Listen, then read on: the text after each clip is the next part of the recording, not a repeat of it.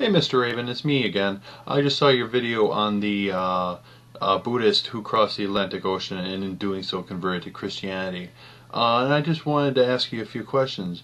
You had talked about him about how his submarine was an example of design, and then you referenced God and God's design and such forth. And there's a few questions I have about this intelligent design idea. In a NOVA video, What Darwin Never Knew, I'm going to leave a link below, and you can go to chapter 13. It talks about the development of the human brain, and what it really covers is the skull size and muscles that are involved with that. Other apes have these very large muscles in this area here that help close the jaw. And it turns out they were able to figure out which gene helps promote that muscle. And it turns out our gene for that is broken. And so the question is why do we have a broken gene in general? Why is it that, if we're designed, why include a broken set of instructions?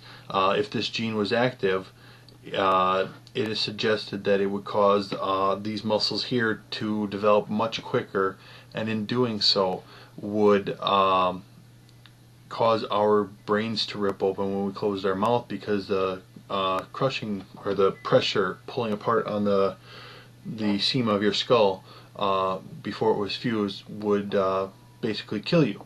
So that's one of the questions I have.